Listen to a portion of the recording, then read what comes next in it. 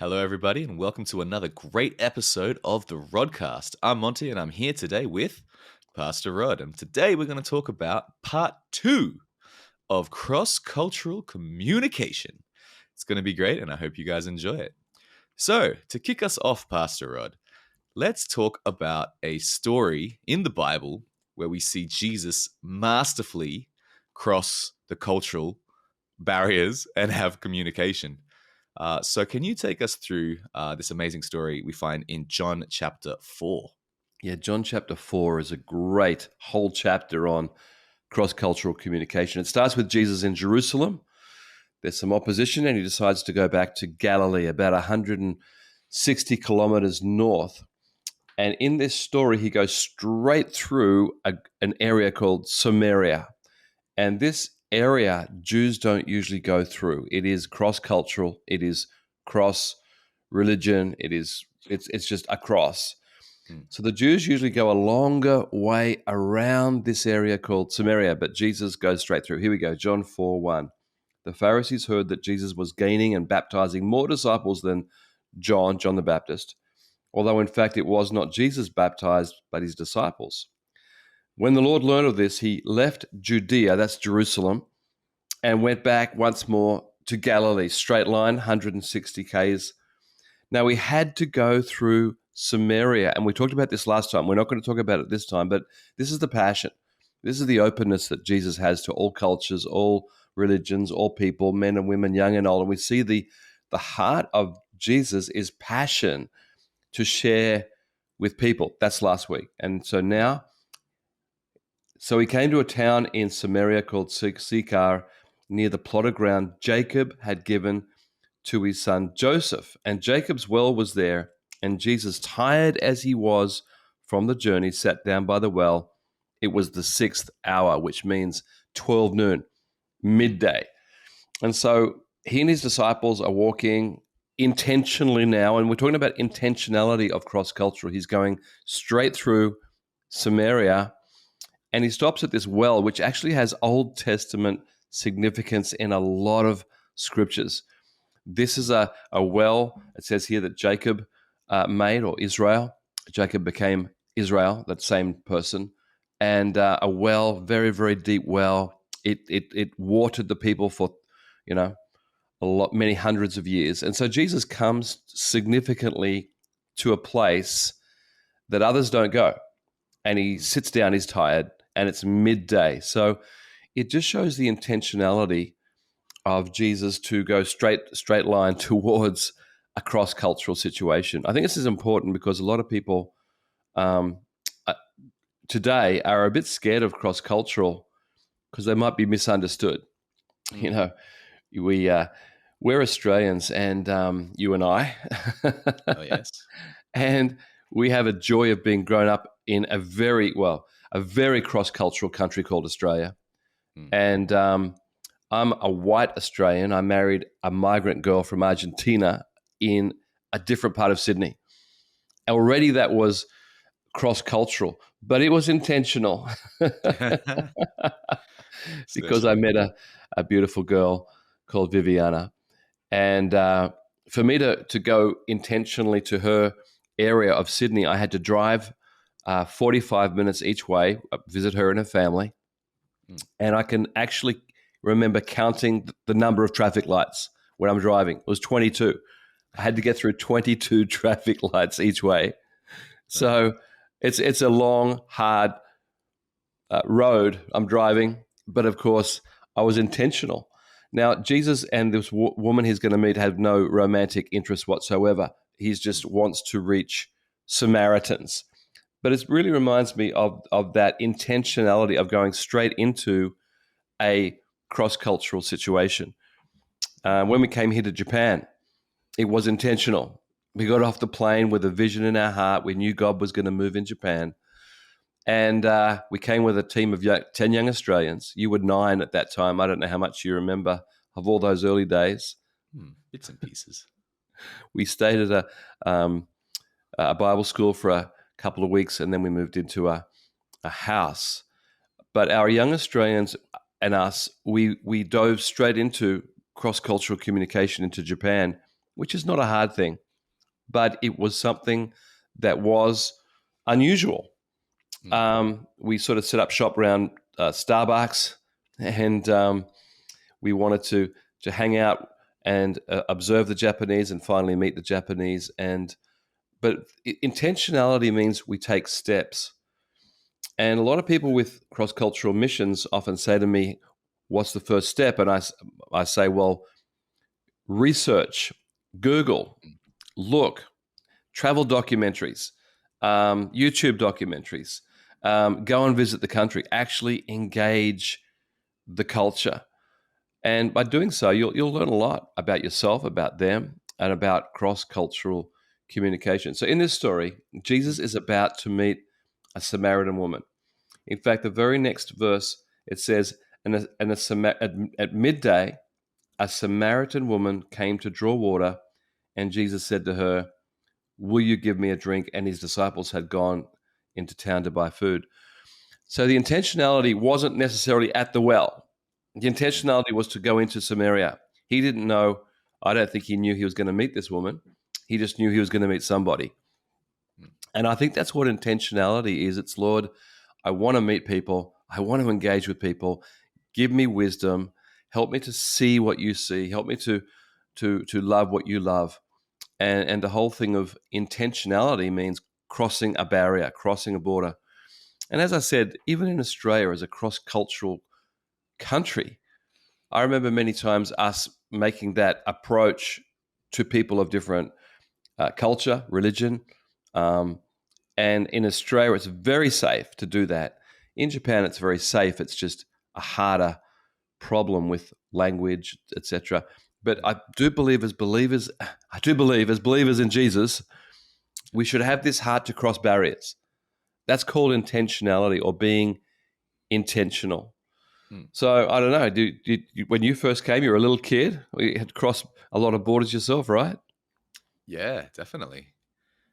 It was interesting because when you first told us that we were moving to Japan, I had no like frame of reference to understand what those words meant. Like, is Japan a different city in Australia? Like, what does that mean? And so it was a different country, turns out, and we moved. But I think for me, having a home where we speak English, and then being blessed with a school that also speaks English, I think the hurdle wasn't as hard as it could have been if perhaps that we were put into a Japanese school. Now, if I was into a Japanese school, then probably my Japanese would be better than it is today.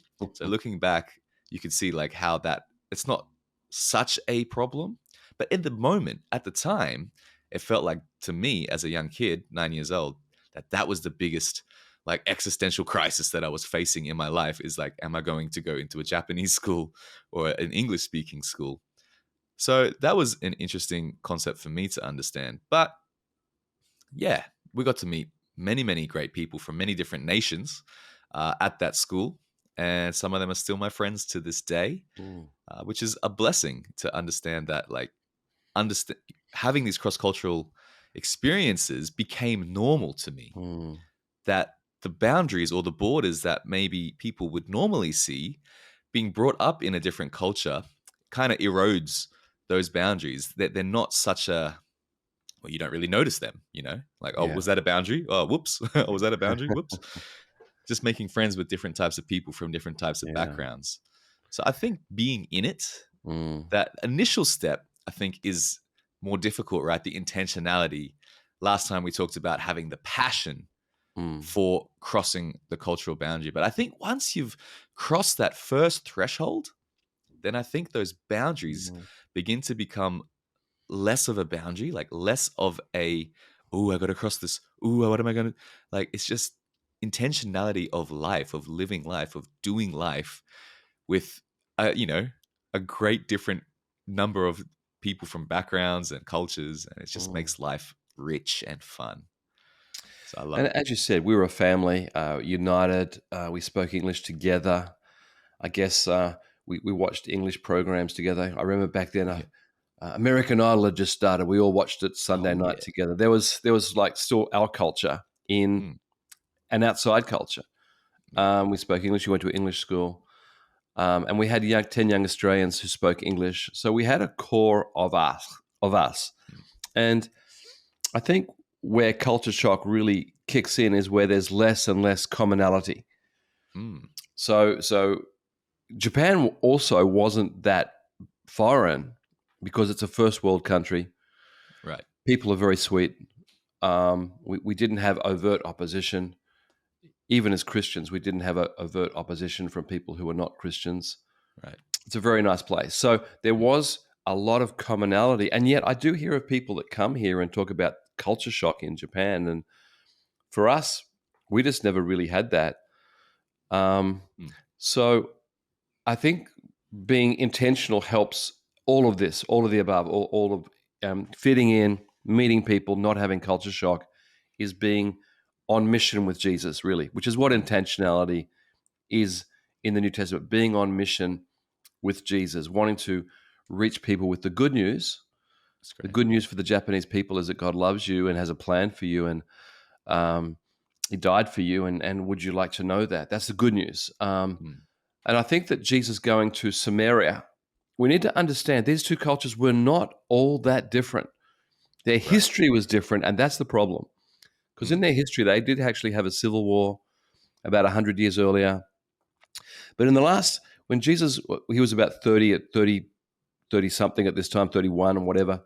mm, In those years before, around Jesus' birth, so 30 years earlier, there was only a little bit of opposition between the Jews and the Samaritans. There had only been a little bit of conflict, which the governors of Rome stopped, and so the dislike between the Jews and the Samaritans was more historic than actual at that mm. time. Interesting. It is interesting because a lot of people in cross cultural stuff bring up a lot about history.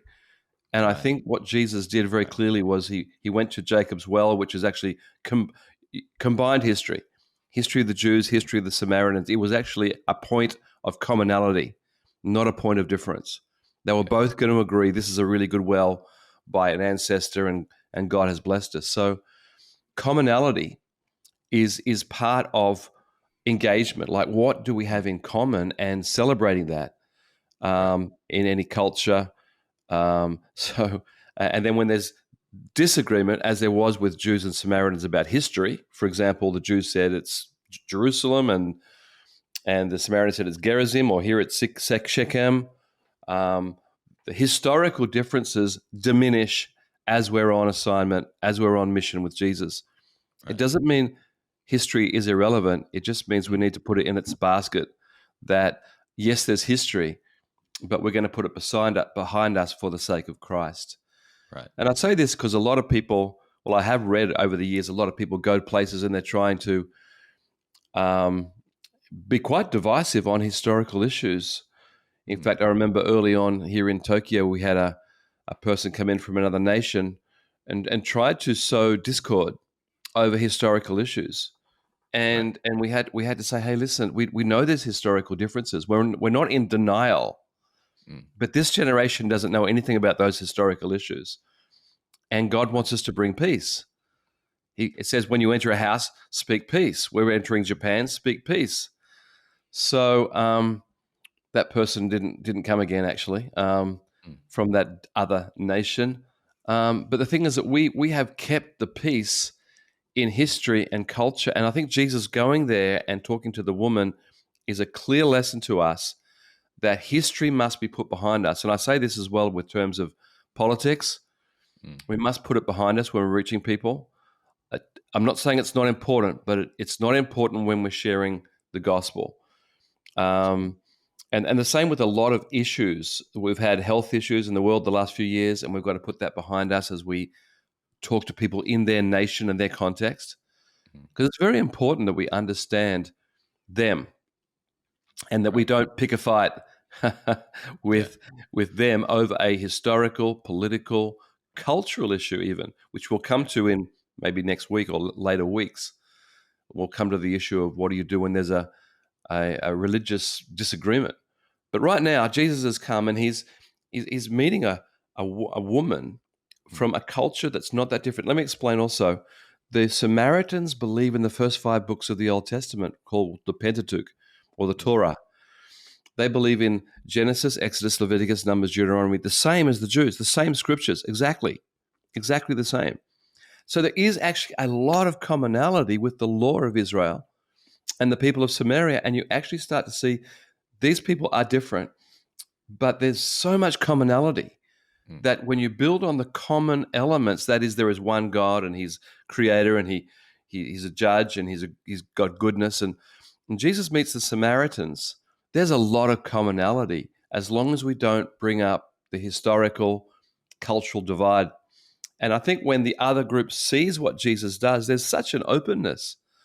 When we break the ground cross culturally and are willing to, we want to know you and love you and understand you, a lot of anything else diminishes. Hey, I think you've seen that with people from many countries, right? Yeah, for sure. And I like what you said. Like, we're not denying history. We're not denying events that have happened in the past, because any culture, any country is gonna have its dark points, its Yeah. maybe not so great points in history. So rather than focusing on what makes us different, like you said, what makes us the same, Mm, I think people want that. I think people are mm, tired of hearing about what makes us different, yeah. or what makes me versus you, my belief versus your belief, my support versus your support.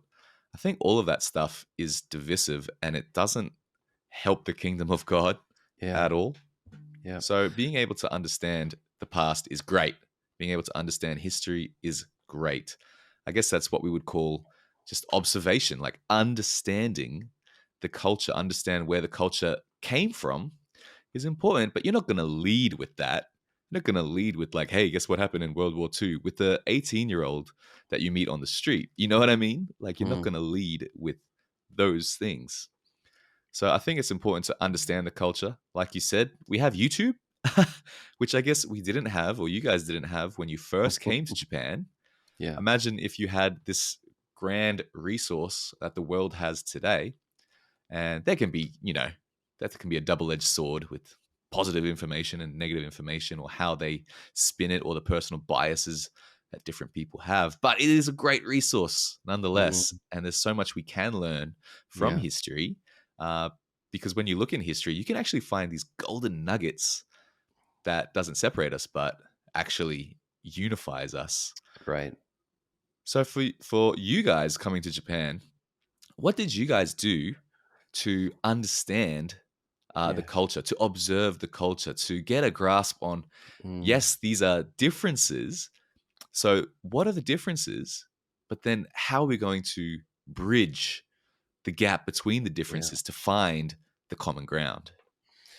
We came here in 2002, which for a lot of you is really Stone Age with the internet and that. And it was. I mean, we had the internet, but it was basic. And so a lot of our preparation or reading was actual books, actual physical books, Mm, right. which you got at libraries or I don't know. We found some. We researched. We could order things, and we ordered them, and Mm, but a lot of those books did not really help us. It gave us a basic framework, sure. but also we arriving in Japan, we also felt a lot of that framework was not relevant anymore. In other words, it was written by a previous generation. Mm, For example, we read a lot of books that said Japanese are very groupthink, and they right. are. They Right. are, but not in all things. And Mm, so the group think concept is that you won't see individual Japanese make a decision for Christ or won't be able to seek God alone. They'll need their family. And we found that was not true at all. mm, That young Japanese university young adults were in a culture and community they loved. They were Japanese, but they were very open to be friends with foreigners and hear foreign ideas. So we found a number of the books we read were actually out of date. right. In fact, I would even say some of the travel books which we had back then. Now it's all online. If you want to investigate Japan, you know, best places in Japan, 10 best places, or whatever you want to investigate. We didn't have that.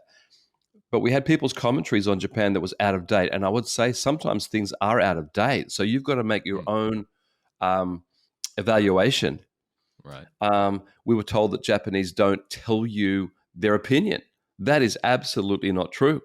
In fact, we also learnt that big companies like Coca-Cola and Nike actually came to the streets of Tokyo with taste tests or whatever, or the shoes that, like, do you like this? And the Japanese actually said yes or no. Like it was yeah, like that, don't like that. And so marketing companies found Japanese were very upfront. It was a lot of fun to have an opinion. So once again, we did research, but we quickly had to observe and talk and interact. Was this information true, or was it true for a previous generation? Right. And this has been an interesting thing for us as pastors in Japan, is making up our own idea of how to share the good news of Jesus tastefully, communicate well, not miscommunicate, which is a different thing. To miscommunicate means we're just missing each other and there's no understanding. But to communicate means observation, understand the people. So Jesus knew the Samaritans intimately. There were Samaritans in Jerusalem. They would have been around. They would have been historically, they're right there, neighbors, right next door. And I just want to put a challenge out for anyone around the world that have neighbors that are from different cultures. It's up to us to cross the boundary. Mm. It's actually up to us to be the one to say hello, invite for a meal, say whatever it is. It's not up to them; it's up to us, and that's what Jesus did. He crossed a boundary, and we crossed the boundary to Japan. Everywhere you're living right now, there's migrants, there's refugees, there's people from different backgrounds. It's up to us to make them welcome into our life, into our world, whatever time we have. So I think this is a really relevant discussion, not just for us in Japan, but for our friends in Australia, in America, in many other countries of the world, where people say to me, how do we reach those people?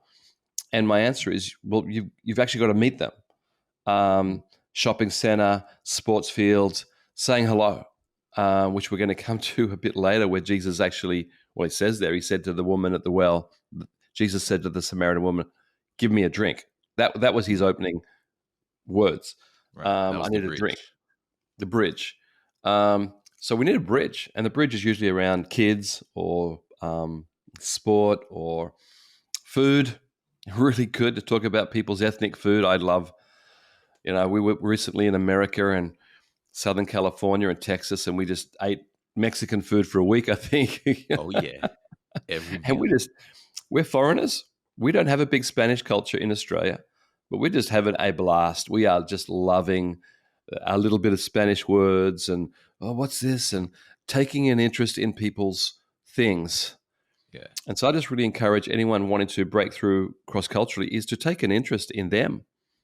Why do you do this? Or, and I know a lot of people sort of a bit fearful, like, well, what will they think? But when you actually just friendly, most people say, "Oh yeah, this is our food, and this is made for." Like this, you're talking about them in a good way, and so Jesus is at this well at midday, and a woman comes up with her jar. We know that because later on it says she left her jar there. So she came with her water jar in the middle of the day, and Jesus speaks to her, and it's quite an interesting interchange, which could have gone off, except for the masterful nature of Jesus being able to love her. So I think coming to a culture observation, talking about food here in Japan, we're talking about sushi and katsu and tempura, which is also good, right? So, Love it. we're talking about clothes, fashion. We're talking about Japanese being sweet and nice, and Japanese being good at soccer now. And so we're finding a lot of points of starting conversations, which we're getting into another area. But I just think it's part of the observation of the culture. And as I said, you could look up 10 things in Japan, 10 areas, Kyoto and the old city, and say to Japan, oh, you're from Kyoto, what's that like? So interest in them is actually a a studying thing, like you're studying, Yeah. learning, talking, and asking questions. Here in Japan, we can ask Japanese, why do you do this or why don't you do that? And with a good heart, and they, oh, thank you for asking. Um, and you're from a younger generation. I think it's even more friendly, right? Oh, Oh, I don't know how 100%. you'd see that. 100%. Yeah. We at our church, we get teams from overseas, from mainly America. So young guys, we usually get them between, out of college or out of high school, sorry, 18 to 30. And they go on the streets and they go to where young people are hanging out in Japan. And it's funny because let's say before the pandemic, we would try to meet people on the street, and there was still, you know, lots of people very busy. It's a very busy culture, right? So we Yeah. understand that as Mm, we're going out to meet people, that they're not just rejecting you. It's not personal. They're just on their way from point A to point B. They're not going to stop. But these days, maybe it's the location that we've chosen, or maybe it's the new generation, this generation of Gen Z Japanese, that they are the ones now initiating the conversation with our people. They see mm. foreigners and they think, I want to cross the culture. I want to have cross cultural communication Right? with you guys. So it's making Yeah. the way that we meet people very easy, much different. Mm, And it's a beautiful thing to see that the current generation are much more willing, I mm. think, to cross cultures Yeah. because they like cultures. They Yeah. like what's different. They like Mm. seeing a foreigner and thinking like, man, wouldn't it be amazing if I could talk to a foreigner? Like, what kind of edge do you have in any other country than that? Just simply Mm. being a foreigner. And yet I've been to so many countries in Asia. I've been to almost every country in Asia, and I found the same thing. As long as we have that curiosity, Right. I've been to Islamic countries, Buddhist countries, Hindu countries, Catholic countries. I've found the same thing. As long as we have that curiosity, a bit of cheeky. Ah, Us Australians are yes. a bit cheeky. We say, "Well, what's the food there?" And I think anyone can do that, not just Australians. The concept of what's that food? How do you cook it? And what?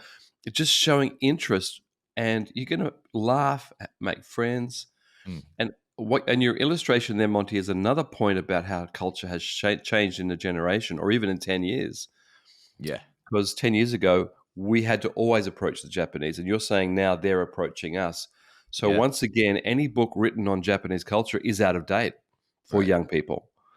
Right. And that's really interesting. So we are actually cultural um, investigators, aren't we? Really, we're Yeah. actually discovering all the time. And I would encourage anyone from Australia or, again, migrants coming into your city or people next door, like investigate, be Mm, friendly, ask them about food and culture, and you yeah. will find people will respond well. The only ones Yeah. that don't, Monty's talking about people who are too busy Mm, or people who are scared of you. And so we just have to break that barrier ourselves. And once we do, we'll make a friend. yeah. And So I I think think it's it's great. great. Oh, sorry. And yeah, sorry, you were going to say something? No, no. I think it's just Yeah. great with the observation aspect Hmm. to And understand the culture, yeah, but not to be so paralyzed by observation that you don't take any yeah. practical steps. And so with Jesus, with the woman, we've got to understand that they did have cultural problems. Mm, But Jesus' approach befriends her. The whole story is he befriends her. She receives Jesus. She tells her whole village. They come out, meet Jesus. They all are open. So here is a Samaritan village that people could have had the mindset Samaritan village, they're not going to be open. yeah. Or Samaritan village, they're against us. And in a few hours, that whole false thinking is Mm, not just gone, but reversed. And there's friendship. And I think that we can really make friends mm, with people of different cultures and religions, 100%. just by being friends. I've made many friends with Muslim people over the years. I love them, and they're fun, and their food is the best. How come you guys got the best food? Yeah. But I tell them that, I just say, I just love your food. Mm, And in Indonesia is such a great country. One little phrase makes friends with everyone. I say the word for fried rice in in Indonesian is nasi goreng. You might have heard it, but Oh, yes. I go to it. Where's the nasi goreng? I want some nasi goreng. So it's like I do like nasi goreng, fried rice, but it's like my big introduction to Right. Indonesians is nasi goreng, and That's a they're great always, bridge. huh? It's a great bridge. And they're always what? Like to them, it's like sandwiches, right? It's Sure. Yeah. The basic. it's it's basic every day, but we love foreigners love nasi goreng, and um, it's a Mm. true bridge because I actually like nasi goreng. Yeah. Which helps. um, I've got a good Aussie friend in the ministry, and we laugh together. Saying nasi goreng with an Australian accent sounds so terrible. Nasi goreng, mate, and even that works, you know. Yeah. And they go, "What? Oh, you mean nasi goreng? Oh, yeah." So making fun of ourselves, Yeah. not making fun of their food. No, It's no. it's our accent. We're making fun of that, and then nasi goreng, thank you. And Yeah. but it's actually fun just to talk about those issues. And when I'm in some other countries, their food is always going to be one of my big bridges to say hello. And Jesus, it was water, right? It was drink. Yeah. That's It right. was it was thirst. Right. So it'd be like me going into uh, a health food store and say, "What do you got to drink?" You know, it's like, Uh-huh. it's getting ready, intentional. It's being Yeah. intentional about friendship. That's what we do. Yeah. I think sometimes people are a bit, like I mentioned, a bit paralyzed. Like they get too much information. That's the opposite of the world we live in now. The other side of the coin is that maybe you can do too much observation, too much Right. YouTube, too much Yeah. preparation, so Hmm. much so that you feel like paralyzed that, oh, I can't take the step. But Yeah. what unites us is surprisingly simple. Like you mentioned, Jesus in that case was thirst, water. Yeah. Every human, we're immediately united by that one thing alone. Talking about food, Yeah. that unites so many people. You come to Japan and you tell people, hey, what's your favorite sushi? They will tell you, they will go into it. They love it. They want to talk about it. And I was talking with my wife, who is half Japanese, half Colombian. So there's cross cultural there. But she grew up in Japan. She's Japanese on the inside. She loves sushi, absolutely loves it. And so she always, when she meets a friend, a girlfriend, she always goes for sushi with them. Because for me, I'm a simple Aussie bloke, and I just get the tuna or the salmon. It's not the experience. It's not the sushi experience that she wants to have. So she'll go with someone else and have the full sushi experience. So Yeah. food is a massive uniting thing for crossing cultures. Even in Yeah. Japanese TV, I Mm. would say about 80% of Japanese TV programs are based around food. Mm. It's a massive part of culture. And Yeah. Japanese people are like going on the train 2 hours, 3 hours to this tiny town, this tiny place to get this sushi or to get this katsu or to get this udon. And they all go there and they're all like, ooh, oishi. And like literally every show is about that. So if we can understand that, hey, Japanese Mm. people love food, they love talking about food, they love Mm. eating food, boom, automatically Yeah. we have a practical bridge to start a conversation. Another Mm. practical bridge, like you mentioned, is saying the word like nasi goreng, an Yeah. Indonesian word. Yeah. If you can get one or two words Mhm. in a different, language, you can immediately bridge the gap. There's Filipinos in our church, and I might bust out my one or two Filipino words with them, and you see their face light up like, oh, you know the word. Yeah, that's. And even though it's a short moment, Right. that's a bridge. It's a Mm. 5-second bridge, but it's a Mm. bridge nonetheless. So I think some of those practical things, what unites Yeah. us, food, language, water, simple things like that, travel, like exploring Yeah. things. Yeah. I think those practical bridges work really well. As a side note, I think you should start a YouTube channel on Monty and sushi in Japan. What? I reckon it'd be a hit with foreigners. No Um, way. but yeah, I think people are seeing that we have fun with culture, that we're Yeah. not scared of it, and we've got to break through. Often when you come to Japan, if you're coming here, people are scared, maybe a bit over prepared. Now we read Mm. all these rules about Japan, and we go, no, Yeah. let's meet some Japanese. Let's go to the street. And at the Yeah. end of the first day, there's actually an acclimatization. There's actually Mm. a rest, a feeling of rest. Mm. And first day in Japan was great. And so we do that all the time. I call it sponsoring people into a culture, or you're taking them through. That's actually true in church too. When you're taking someone through, it's going to be like this, and we're going to Right. stand here and sit there, and we're going to, and like sponsoring people into an experience of church, I think is important.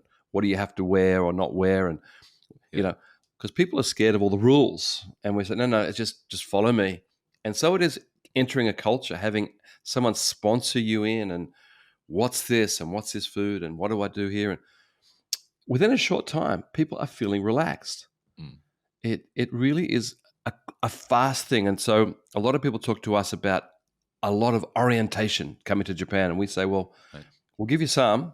There are some points, but let's go to the streets and we'll meet some Japanese, and we'll go to Starbucks. And then, so really, Jesus did this on his own, but we also have friendships and churches to help. And I think when people band together, even in a church like in Australia with a minority group, someone coming in and becoming a believer, or we could say to them, how can we meet some of your family or friends and just do a barbecue?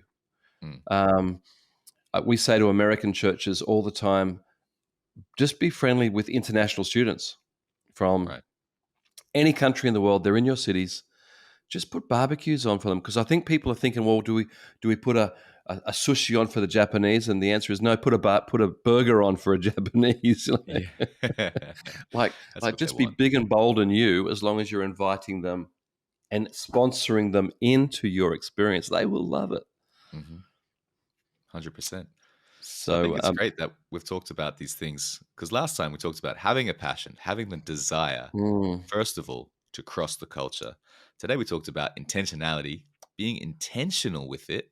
And part of that is observing, understanding the culture. But then once you understand the culture, it's not like you have to understand everything in order to bridge the gap. It could just be little bits and pieces here. So don't let yeah. that be a hindrance either. But the most Mm, important thing is to actually take that step to bridge the gap with mhm, whatever mhm. tools you have, whatever limited knowledge you may have. We're all able, I feel like, to bridge the gap somehow in an effective way to see people ultimately know Jesus through Mm. our, might feel insignificant at the moment, but through our interactions with different people from different cultures.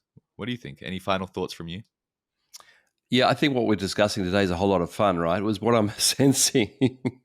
Yeah. So turning a fear of cross-cultural into a joy, finding a sponsor, finding someone that sponsors you into a culture, to the food, or like looking for the joy in that. Someone in your church from that culture, or a Mm. foreign student, or the guy down the road in his restaurant from ethnic food, or just seeing cross-cultural through new eyes, that the world is ready. Mm. This world is ready. And my good friend Robert Barringer in Peru says this. He says, young people today have more, around the world, have more in common with each other than they do with their own grandparents. In Wow. other words, this world culture is so wonderfully developed for friendship, and let's go. Let's just go out and meet some people. And once again, if people have come from something with historical barriers, you don't need to pray a long time to overcome that. To say, Lord, I pray for a fresh heart to these people, and where is an inroad? Where can I bless them? And I think we can lower the bar of fear and whatever is there, and just start to be friends. So my from this, I'm saying this is fun. Mm. This sounds like hard work, cross cultural, whatever. But actually, it is real fun when we are sponsored into it by someone who is very good at it. I really encourage people, find that person, make that contact, say hello, talk about food, drink, sport, whatever it is. Mm. Um, you can do it. And I know that the world will be richer as we all do it together. That's amazing. Well, on that note, we might leave it there for today. So if you're tuning in, why don't you tune in next time for us to continue this conversation about cross-cultural communication. But until then, I pray and hope that everyone has an amazing week, an amazing day, and we'll see you all later. Thank you so much for joining us today. And if you enjoyed today's episode, why don't you subscribe on whatever platform you are listening to this, and we'll see you next time.